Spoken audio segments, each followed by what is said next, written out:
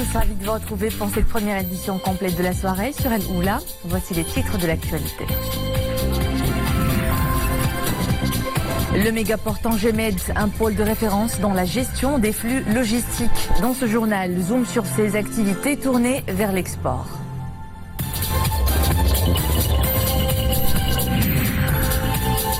Plage propre 2019, un engagement en faveur de la biodiversité de l'espace maritime. Cet été, l'opération sensibilise sur une véritable préoccupation, la pollution du littoral par les plastiques.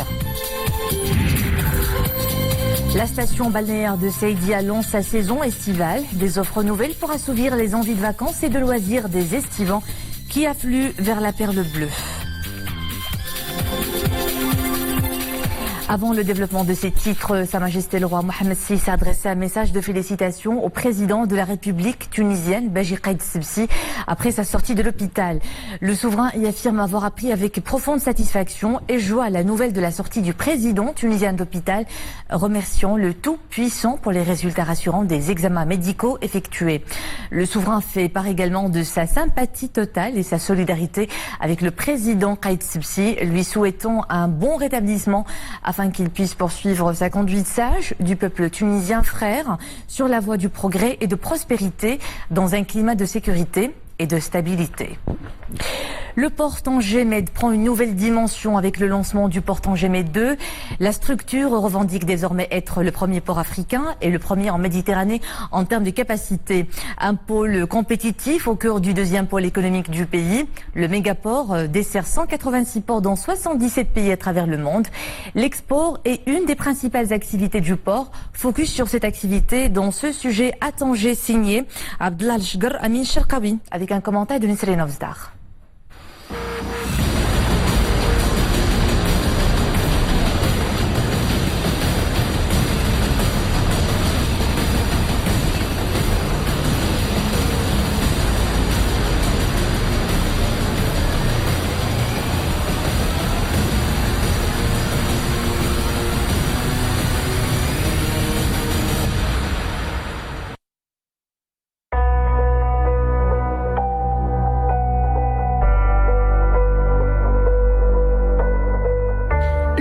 Tangemed, une méga infrastructure de rang mondial et un excellent levier pour la compétitivité de l'économie marocaine. Ce complexe titanesque est connecté avec 186 ports et 77 pays. Il catapulte le Maroc au 17e rang mondial, des pays les plus connectés. Tangemed est également la première plateforme d'import et d'export du royaume. Avec les nouveaux terminaux de ce complexe portuaire, le trafic pourrait y atteindre 120 millions de tonnes manutentionnées par an. Il devient ainsi le plus grand port d'Afrique en volume pour les conteneurs et le premier de Méditerranée pour sa capacité.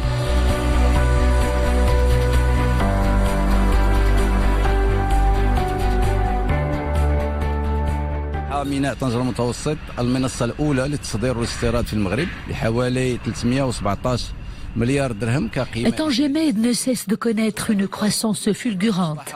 Il représente aujourd'hui la première plateforme d'import et d'export du royaume avec 317 milliards de dirhams de produits traités sur une année. Le complexe portuaire Tangemed est la concrétisation d'une vision royale éclairée, permettant au Maroc de disposer d'une plateforme portuaire multidimensionnelle, intégrée, reliant l'Afrique et l'Europe. Tangemed contribue également au développement de l'économie nationale et d'accompagner l'ambitieux plan industriel du royaume dont les fruits ne cessent de se faire ressentir sur le terrain. Chiffres à l'appui, qu'il s'agisse d'industrie, d'aéronautique ou de textile, le complexe Tangemed renforce effectivement la vocation du royaume en tant que hub économique et pôle d'échange entre l'Europe et l'Afrique et la Méditerranée et l'Atlantique.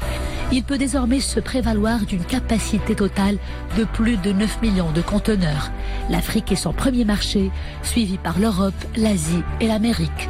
Pour répondre aux attentes de ses différents partenaires et clients, Tangemed gère plusieurs types de transports, camions, navires et trains de marchandises. Là encore, un autre défi relevé avec brio, celui du digital. Un système IT très performant est mis en place. Il offre des solutions digitales très avancées aux centaines d'investisseurs séduits par son écosystème parfait pour les affaires. تم إنجاز نظام رقمي مجتمعي مينائي متكامل وهو نافذة إلكترونية لتبادل المعلومات من خلال ربط الأنظمة المعلوماتية بأسلوب موحد. Tangemed ne cesse de renforcer ses systèmes informatiques internes. L'objectif est de les aligner sur les standards des plus grands ports mondiaux. Le port Tangemed dispose d'un système global, inclusif et complémentaire qui lie toutes les unités portuaires pour faciliter le transport de la marchandise et contribuer au développement de l'économie nationale et booster l'import et l'export, tout en réduisant bien évidemment les délais et les coûts surtout.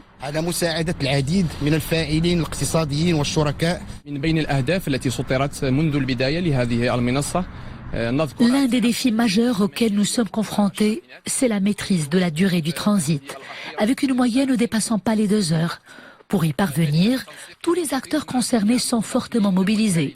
Ils travaillent en étroite collaboration avec les différentes unités portuaires, aidés dans cela par des moyens très sophistiqués, notamment des outils de contrôle nouvelle génération et d'une performance exemplaire. L'objectif est de garantir la fluidité du transit des 2100 camions qui passent quotidiennement par le port.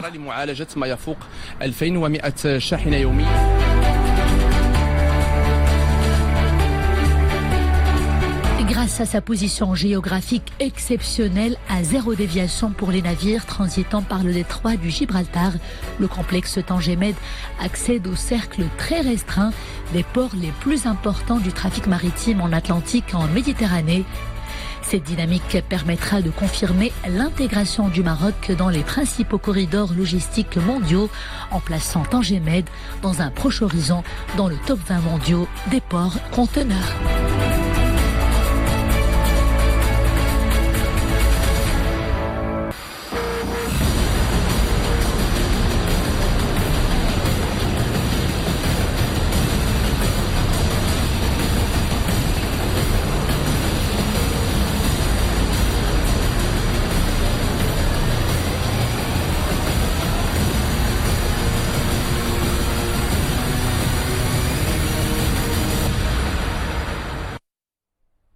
Retenez à présent ce chiffre, 5 tonnes 540 grammes de Chira, une quantité saisie par les éléments de la Sûreté nationale du port Tangemed qui ont réussi hier à mettre en échec cette opération de trafic de drogue à bord d'un camion de transport international de marchandises à destination d'un port européen.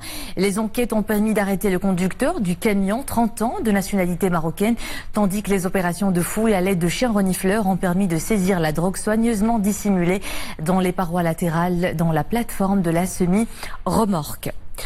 L'opération Plage Propre 2019 démarre cet été avec un objectif, sensibiliser à la lutte contre la pollution par les plastiques. Plus d'une centaine de plages parmi les plus fréquentées bénéficient de cette opération pour la propreté et la protection du littoral. Initiée par la Fondation Mohamed VI pour la protection de l'environnement, la pollution par les plastiques inquiète beaucoup. Près de 350 millions de tonnes de plastique finissent dans les océans. L'Arbin Abdelmjid Hallabi et Mounia Marouche.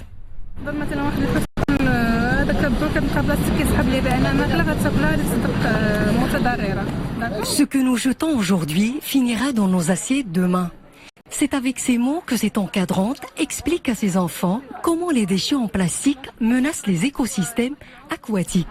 C'est d'ailleurs le plastique qui constitue le premier ennemi du milieu marin. Nous sensibilisons les estivants, notamment les enfants, au danger des déchets en plastique sur le littoral et nous veillons à ce qu'ils adoptent de bons réflexes environnementaux. Après la théorie, place à la pratique. C'est à travers le dessin et des jeux que ces enfants s'initient aux meilleures pratiques pour protéger Dame Nature. Ces ateliers chapeautés par la Fondation Mohamed VI pour la protection de l'environnement semblent déjà porter leurs fruits. Une superbe plage et je remercie la Fondation Mohamed VI pour le respect qu'ils ont sur l'environnement et essayer de regrouper tout ce qui est plastique et tout ce qui donc est un danger pour notre environnement.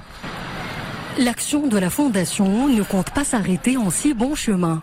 Cette année, elle compte réduire 10 tonnes de déchets en plastique sur les 100 places ciblées par l'opération.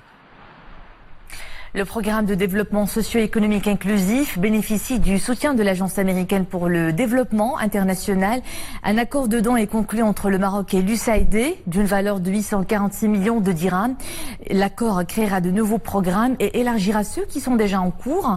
Il vient également appuyer les efforts menés par le Royaume dans la mise en œuvre du processus de régionalisation avancée. Écoutez ces propos de la chargée d'affaires de l'ambassade américaine au Maroc, Jennifer Rassami Manana. Il s'agit d'un accord de presque 100 millions de dollars, c'est-à-dire 1 billion de dirhams, sur une durée de 5 ans, qui vise à encourager l'entrepreneuriat, l'employabilité des jeunes, l'inclusion des femmes, des jeunes, des gens en situation de handicap et le développement économique en général.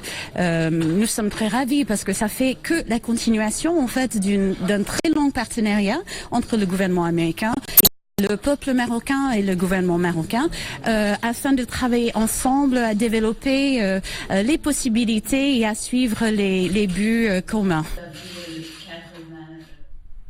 Le consulat général du Maroc à Tunis suit de près la situation avec les autorités libyennes à Tripoli pour vérifier s'il y a bien des Marocains parmi les victimes de la frappe aérienne contre un centre d'accueil pour migrants à Tajoura, à 11 km à l'est de la capitale. Dans un communiqué, le consulat précise avoir entrepris des contacts avec les autorités libyennes qui ont souligné que les équipes de secours sont en train de déterminer et d'établir l'identité des 44 morts et 130 blessés touchés dans cette frappe aérienne contre un centre d'accueil de migrants Libye, survenue hier soir. Le consulat marocain indique également avoir prévu des mesures en coordination avec les instances marocaines concernées pour faciliter l'évacuation d'éventuels blessés ou morts. Hier soir donc, un missile s'est abattu sur un centre de détention de migrants. Bilan 40 morts et 130 blessés. Ce raid intervient au moment où l'armée nationale libyenne du maréchal Haftar annonce l'imminence de nouvelles attaques aériennes sur des cibles militaires dans la capitale Tripoli. Le secrétaire général de l'ONU, Antonio Guterres, demande une enquête indépendante sur les circonstances. Le pays fait actuellement face à une grave crise humanitaire. Environ 600 000 migrants résident dans le pays dans une situation pour le moins critique.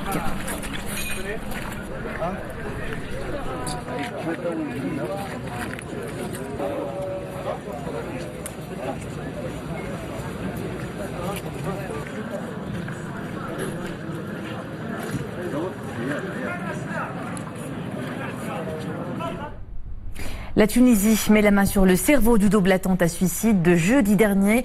Il s'agit du djihadiste qui s'est fait exploser hier dans la nuit durant une opération sécuritaire dans la cité populaire Entelaka près de Tunis. Selon le ministère tunisien de l'Intérieur, Ayman Smeri était un dirigeant très actif et très dangereux. Le Premier ministre tunisien Youssef Chahid a confirmé pour sa part que tous les éléments de ce groupe avaient été arrêtés. Il planifiait des opérations terroristes. Après plusieurs jours de négociations, l'Union européenne a fini par choisir ses hauts responsables. Parmi les nouvelles nominations, des figures féminines, l'Allemande Ursula von der Leyen à la Commission européenne et la Française Christine Lagarde à la Banque centrale. Le Parlement européen a, lui, élu le social-démocrate italien David Sassoli à sa présidence. L'actuel Premier ministre belge Charles Michel est élu à la présidence du Conseil européen. Et puis, le socialiste espagnol José Borrell vient d'être nommé au poste de chef de la diplomatie européenne.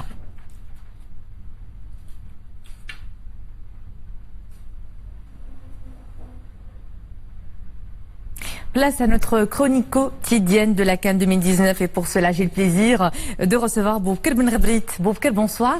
Iman, bonsoir. Les Lions de l'Atlas reprennent les préparatifs après un jour de repos. En huitième de finale, ils affronteront vendredi le Bénin, troisième du groupe F. Effectivement, donc les Lions de l'Atlas affronteront vendredi à 17h le Bénin. Ça sera au stade Salam au Caire en huitième de finale. Tu le disais, le 11 national a terminé, rappelons-le, premier du groupe D en faisant carton plein après s'être imposé face à la Namibie, la Côte d'Ivoire et l'Afrique du Sud. Les joueurs ont repris les entraînements aujourd'hui au stade stade Haras El-Houdoud du Caire après avoir bénéficié d'un jour de repos. C'est l'entraînement sur ces images. L'équipe nationale de football et son homologue du Bénin se sont rencontrés 3 fois. Les Lions de l'Atlas ont gagné les 3 matchs en inscrivant tout de même 10 buts. En cas de victoire, les Lions de l'Atlas joueront les quarts de finale face aux vainqueurs du match Sénégal-Ouganda. Et au sujet de la rencontre qui opposera le Maroc au Bénin, écoutons l'entraîneur du Bénin, Michel Dussuyer, et des Lions de l'Atlas, Hervé Renard. Il y a aussi une chose importante, c'est de finir premier du groupe, c'est important. On a cet objectif depuis le début, on savait qu'on avait une poule très très difficile. Maintenant, si on veut avoir des ambitions, des matchs comme celui-ci, il y en aura d'autres et il faudra aussi bien les négocier. C'est une Coupe d'Afrique qui sera longue et intense. En tout cas, nous, on est très heureux d'être passés. C'est vrai que ce premier objectif de remporter un match n'est pas atteint. Mais c'est une très belle performance aussi que de rester invaincu dans ces matchs de poule. On avait des gros morceaux avec le Cameroun et avec le Ghana, donc c'est une grande satisfaction. Après, on essaiera de gagner cette première victoire lors du prochain match, même si ce sera, bien sûr, plus on avance, plus ça devient difficile.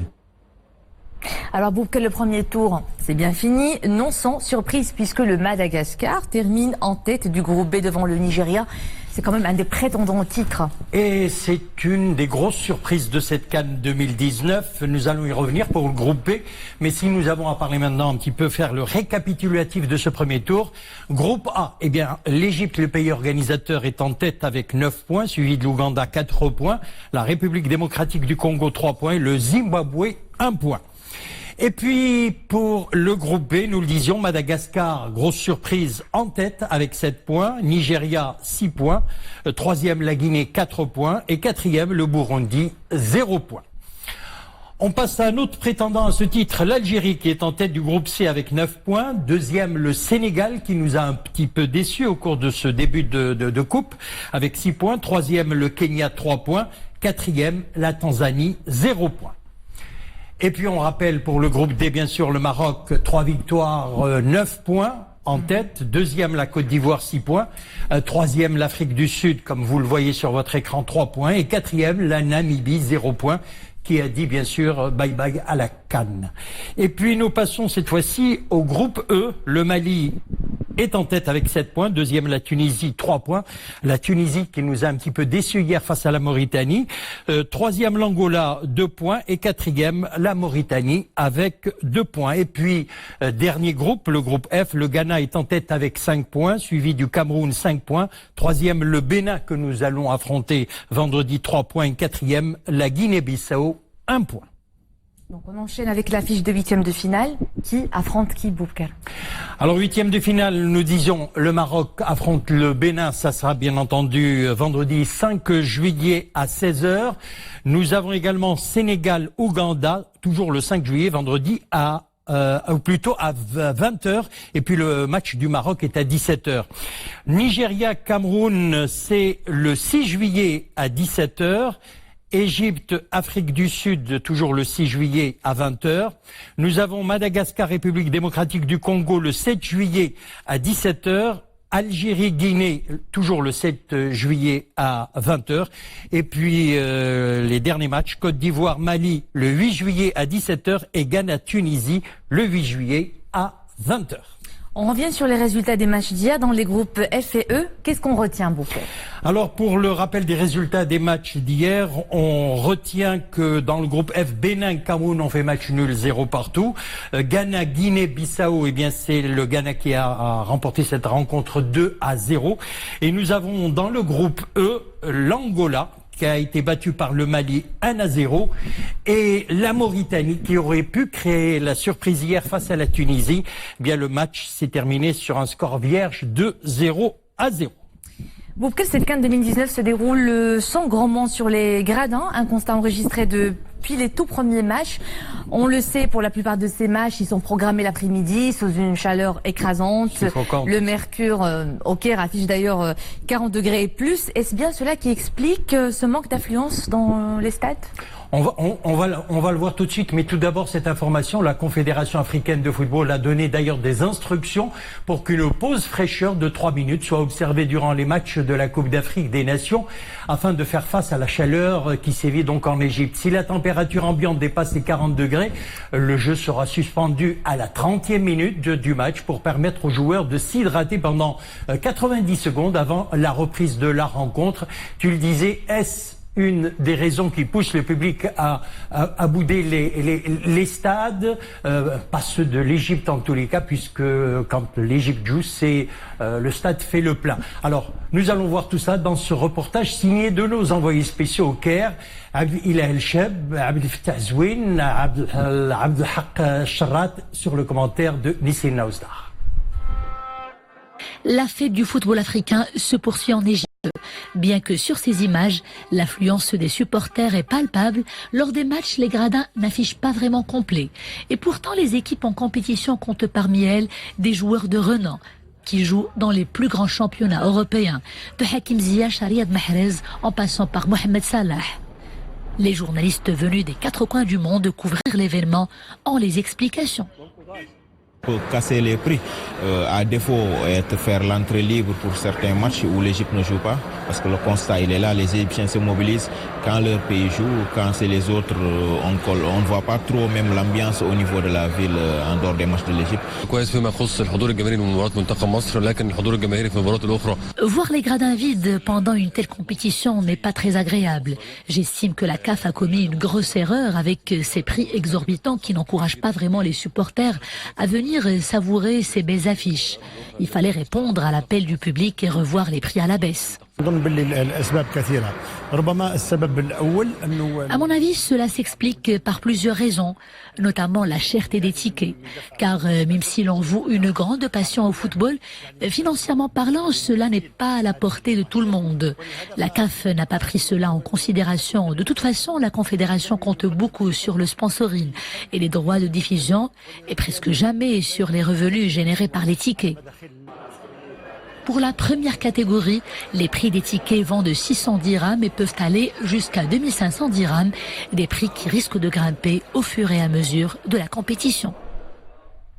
Voilà, c'était un petit peu quelques explications concernant le manque de spectateurs sur les différents stades de cette Coupe d'Afrique des Nations.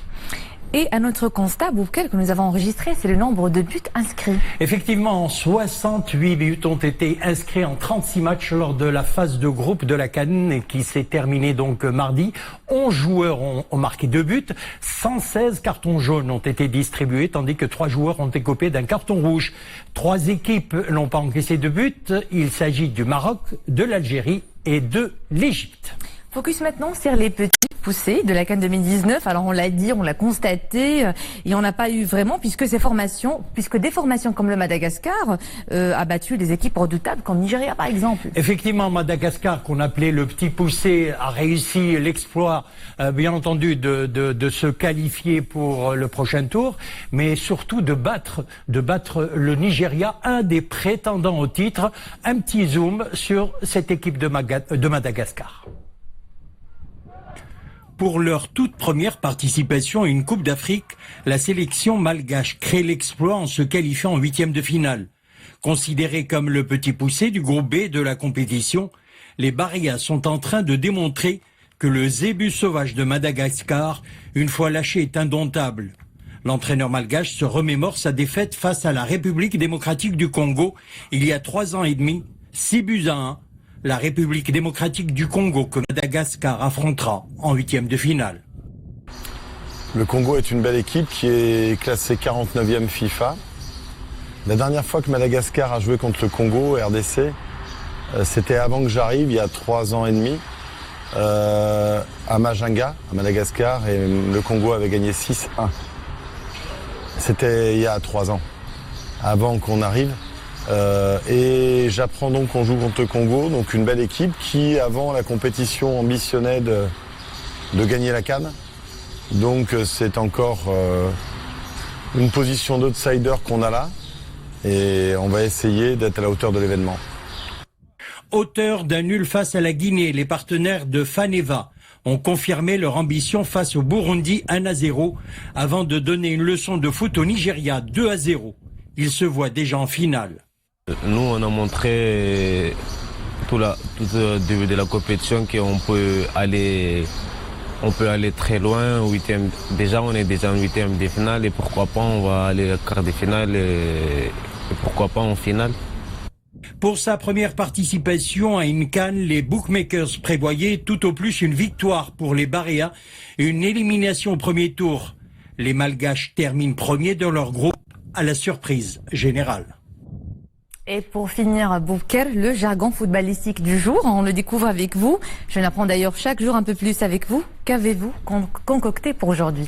Alors, le premier, on commence par le plus simple. Qu'est-ce que se prendre une biscotte ?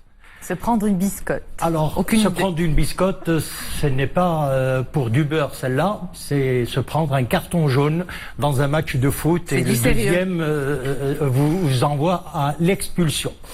Et puis, nous passons à l'expression faire banquette. Faire banquette non plus. C'est rester sur le banc de touche. Être un joueur remplaçant.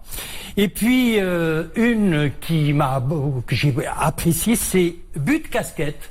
But casquette, c'est but encaissé de façon stupide.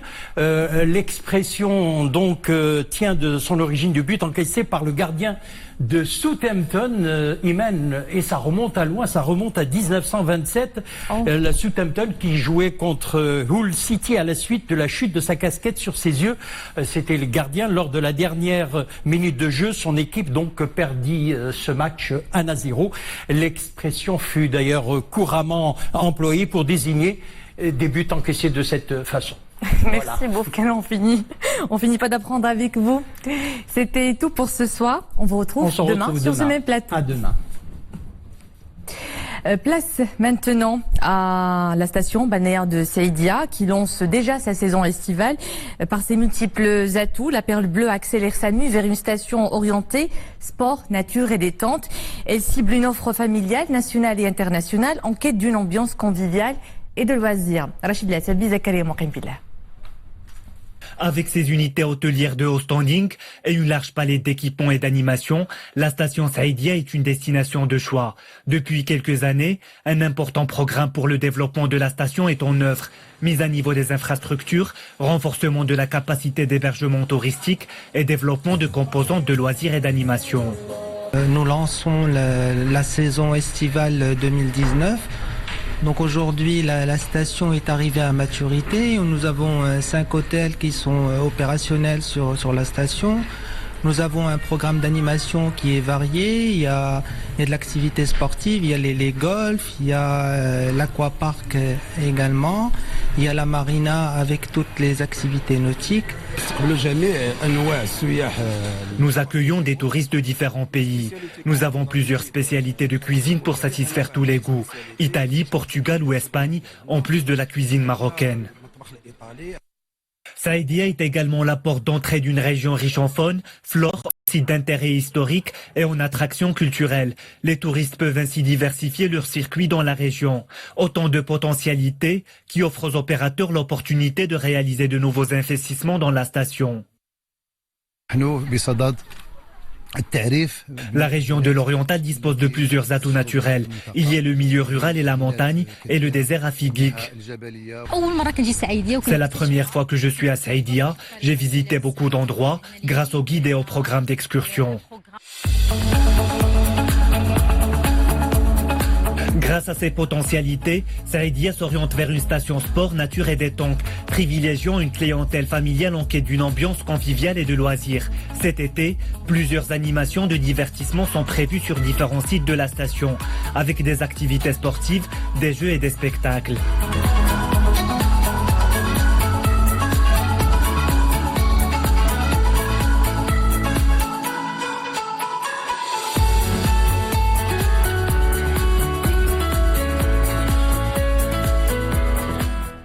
Voilà, c'est ici qu'on se quitte. Merci à vous de nous être fidèles. L'info est de retour à 21h en compagnie de Nadia Mouden. J'aurai le plaisir de vous retrouver demain à 19h.